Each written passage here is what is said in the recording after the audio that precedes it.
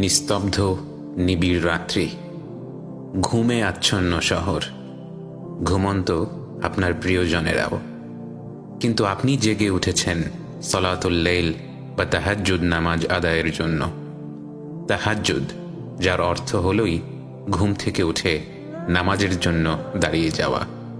আপনি জেগে উঠে অনুভব করলেন এক অপার্থিব আনন্দ বিরাজ করছে হৃদয় ও মন জুড়ে, কারণ আপনি জানেন এই মুহূর্তে আপনার পালনকর্তা, সমগ্র বিশ্বজাহানের প্রতিপালক খুব কাছে আছেন। তিনি তো সেই সুমহান সত্তা যার অপরিসীম রহমতের অতল সমুদ্রে ডুবে আছেন আপনি। না চাইতেও তার অগণিত সব অনুগ্রহ উপভোগ করতে পারছেন। সর্বোত্তম সেই দয়াবানের প্রতি কৃতজ্ঞতা প্রকাশ করতে আপনি তাই উন্মুখ হয়ে আছেন।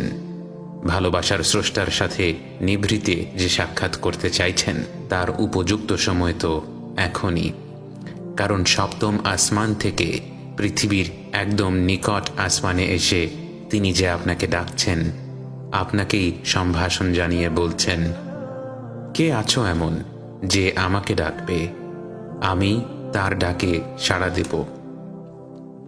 আপনি আরামের বিছানা ত্যাগ করার জন্য মনে মনে প্রস্তুত হলেন। স্মরণ করলেন নিজের প্রতি করা অসংখ্য জুলুমের কথা, জীবনের কত শত ভুল, কত অজস্র পাপের কথা মনে হতেই অশ্রুসিক্ত হলেন। অপরাধ বোধে ছেয়ে গেল মন। কিন্তু আপনি জানেন আল্লাহ হলেন রহমানুর রহিম, পরম করুণাময়, অতিশয় দয়ালু।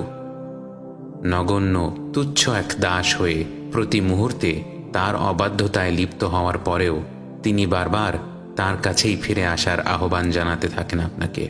তার দিকভ্রান্ত গাফেল বান্দাদের অবিরাম ক্ষমতাশীলতার ঘোষণা দিয়ে মহিমান্বিত প্রভু ডাকতে থাকেন, কে আছো এমন যে আমার কাছে ক্ষমা চাইবে, আমি তাকে ক্ষমা করে দেব। গহীন রাতের স্নিগ্ধ শান্ত এই সময়টায় প্রিয় প্রভুর সাথে একান্ত আপন কিছু সময় কাটানোর এই সুবর্ণ সুযোগ থেকে নিজেকে বঞ্চিত রাখা যায় না। তাই পবিত্র হয়ে তার সামনে দাঁড়ালেন।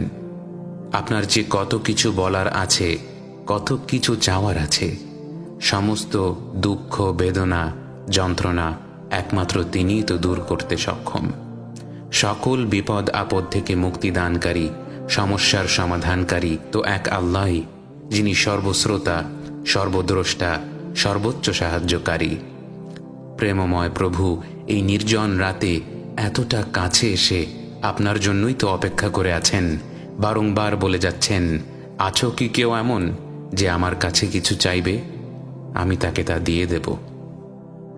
বিশিষ্ট সাহাবী আবু হুরায়রা রাদিয়াল্লাহু আনহু থেকে বর্ণিত এই প্রসিদ্ধ হাদিসটির মাধ্যমে আমরা জানতে পারি, এভাবেই প্রতি রাতের শেষ তৃতীয়াংশে মহান আল্লাহ স্বয়ং দুনিয়ার নিকটতম আসমানে এসে ফজরের আগ পর্যন্ত তার বান্দাদের ডাকতে থাকেন, তাদের সুযোগ দিতে থাকেন, মহাসম্মান দান করেন। জাবের রাদিয়াল্লাহু আনহু থেকে বর্ণিত, রাসূল সাল্লাল্লাহু আলাইহি ওয়াসাল্লাম বলেছেন, নিশ্চয়ই রাতে এমন একটি সময় রয়েছে যে সময়ে যদি বান্দা আল্লাহর নিকট দুনিয়া ও আখিরাতের কোনো কল্যাণ প্রার্থনা করে থাকে, তাকে অবশ্যই তা দেয়া হয়, আর এটা প্রত্যেক রাতে হয়।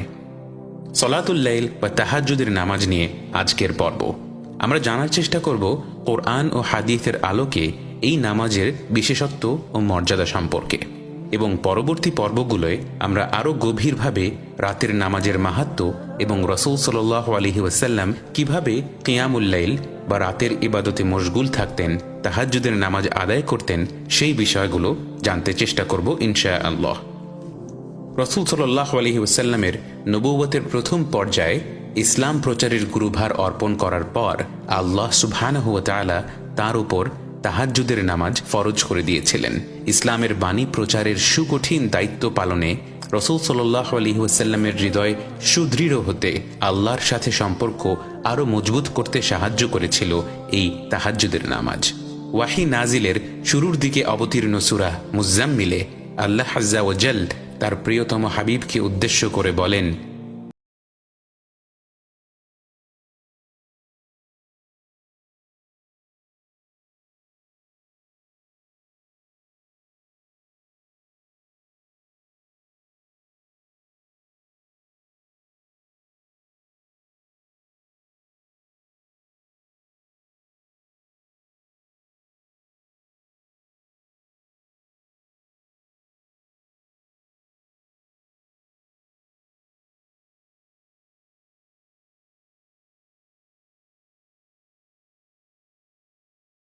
হে চাদরাবৃত শয়নকারী, রাতের বেলা নামাজে রত থাকো, তবে কিছু সময় ব্যতীত, অর্ধেক রাত কিংবা তার চেয়ে কিছু কম করো, অথবা তার উপর কিছু বাড়িয়ে নাও, আর কোরআন পাঠ করো তার তিল সহকারে।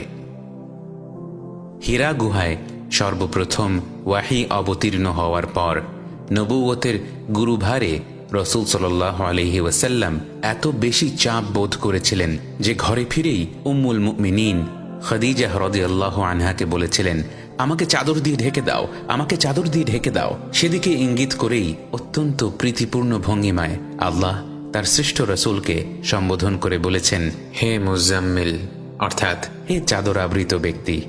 এরপর তিনি তাকে তাহাজ্জুদের নামাজ আদায়ের নির্দেশ দিয়েছেন, কেননা সারাদিনের শত কর্মব্যস্ততার পর রাতের বেলা চারিদিকে অখণ্ড নীরবতায় কোরআন তেলাওয়াত ও দোয়া সঠিক ও সুন্দরভাবে সম্পন্ন করা যায় এবং তাতে মনোযোগও দেওয়া যায় পূর্ণ মাত্রায়।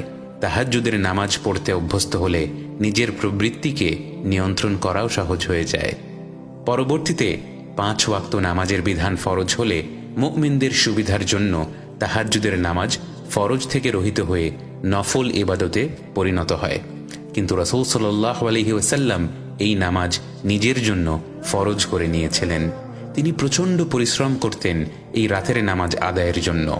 মা আয়েশা রাদিয়াল্লাহু আনহার নিকট থেকে আমরা জানতে পারি, রাসূল সাল্লাল্লাহু আলাইহি ওয়াসাল্লাম সারা রাত জেগে ইবাদত করতেন। দীর্ঘক্ষণ নামাজে দাঁড়িয়ে থাকায় তার পা ফুলে যেত, ফেটে যেত। একবার আয়েশা রাদিয়াল্লাহু আনহা জানতে চাইলেন, হে আল্লাহর রাসূল, আপনার তো সামনের ও পেছনের সব ভুলই আল্লাহ ক্ষমা করার সুসংবাদ দিয়েছেন, তবু কেন এত কষ্ট করছেন? তিনি সাল্লাল্লাহু আলাইহি ওয়াসাল্লাম জবাব দিয়েছিলেন, আমি কি আল্লাহ আজ্জা ওয়া জালের কৃতজ্ঞ বান্দা হব না? তাহাজ্জুদের শিক্ষা রাসূল সাল্লাল্লাহু আলাইহি ওয়াসাল্লাম সাহাবীদেরকেও দিয়েছিলেন। এক রাতে রাসূল সাল্লাল্লাহু আলাইহি ওয়াসাল্লাম মদিনার রাস্তায় হাঁটছিলেন। তিনি আবু বকর রাদিয়াল্লাহু আনহু ও ওমর রাদিয়াল্লাহু আনহুর ঘরের পাশ দিয়ে যাওয়ার সময় শুনতে পেলেন তারা রাতের নামাজ আদায় করছেন। কতাদাহ রাদিয়াল্লাহু আনহু থেকে বর্ণিত, পরদিন রাসূল সাল্লাল্লাহু আলাইহি ওয়াসাল্লাম আবু বকর রাদিয়াল্লাহু আনহুকে বললেন, হে আবু বকর, আমি তোমার পাশ দিয়ে গিয়েছি, তুমি নিচু স্বরে নামাজ আদায় করছিলে। আবু বকর রাদিয়াল্লাহু আনহু বললেন, হে আল্লাহর রাসূল, আমি যার সাথে একান্তে কথোপকথন করেছি শুধু তাকেই শুনিয়েছি। তিনি সাল্লাল্লাহু আলাইহি ওয়াসাল্লাম বললেন, তোমার আওয়াজ সামান্য উঁচু করো।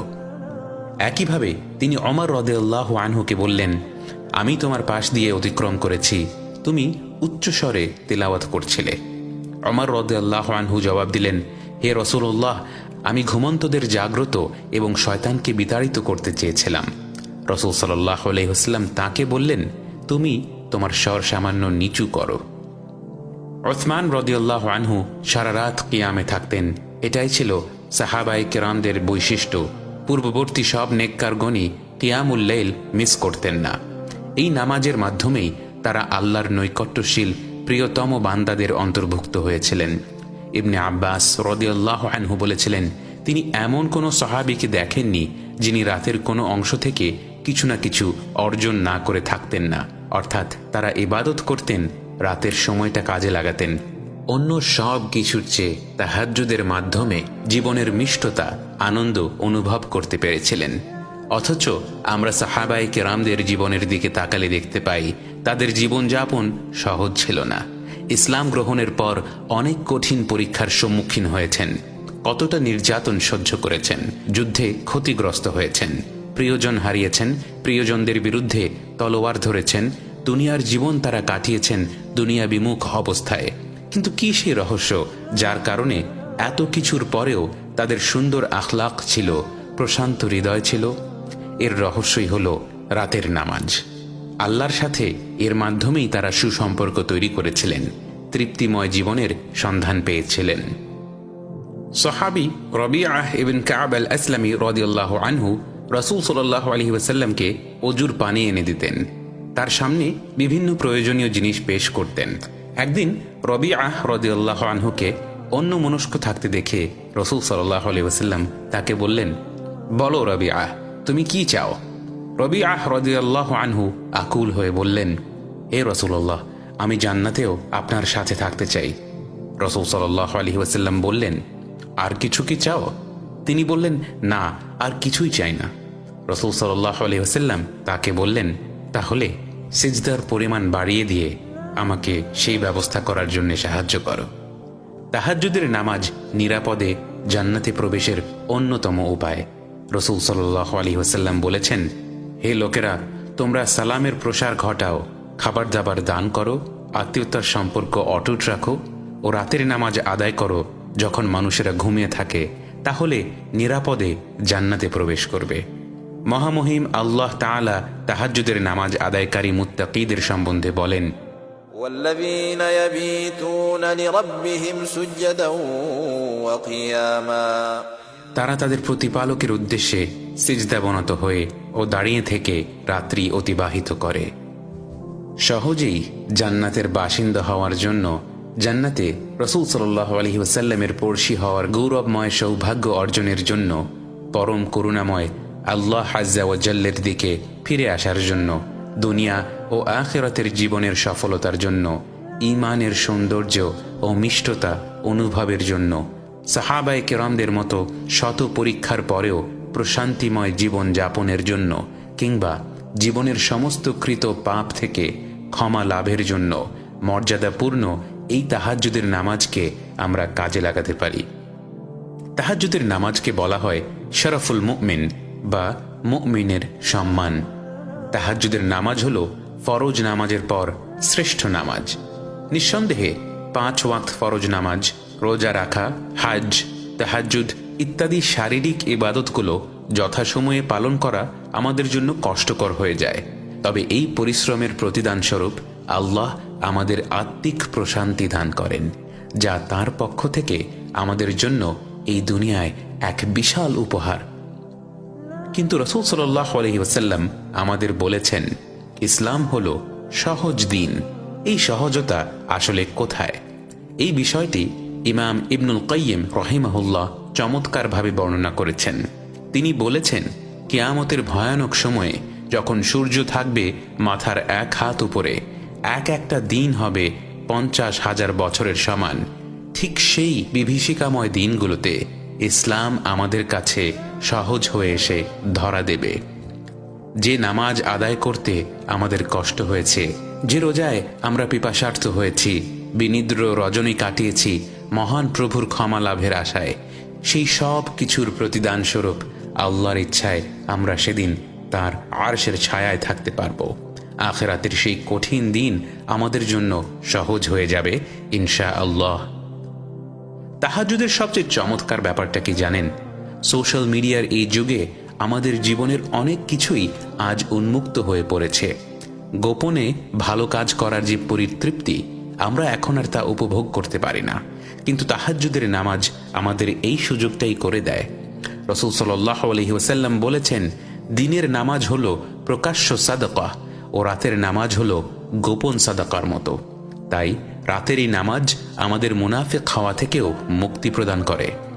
তাহাজ্জুদ নামাজের বরকতময় সময় হলো রাতের শেষ তৃতীয়াংশ।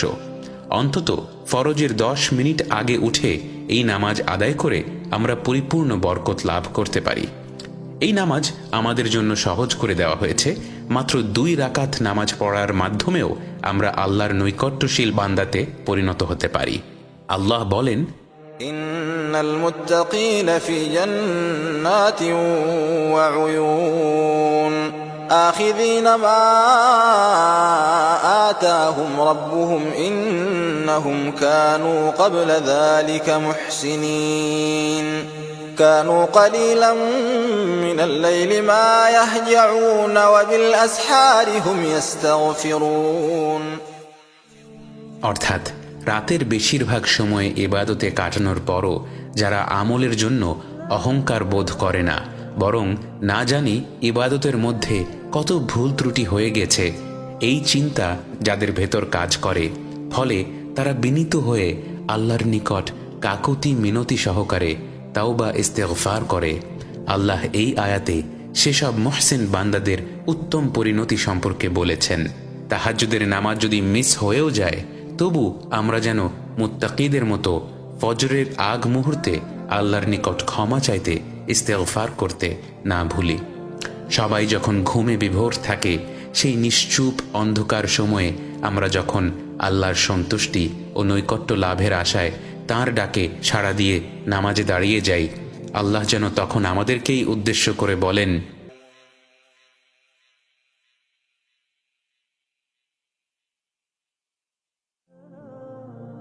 যারা আল্লাহ সুবহানাহু ওয়া তাআলাকে রাতের নির্জনতায় প্রশংসা, পবিত্রতা ও মহিমাময়তার ঘোষণা দিয়ে ভয় ও আশার সাথে ডাকে, তাদের জন্য রয়েছে আল্লাহর পক্ষ থেকে বিশেষ উপহার।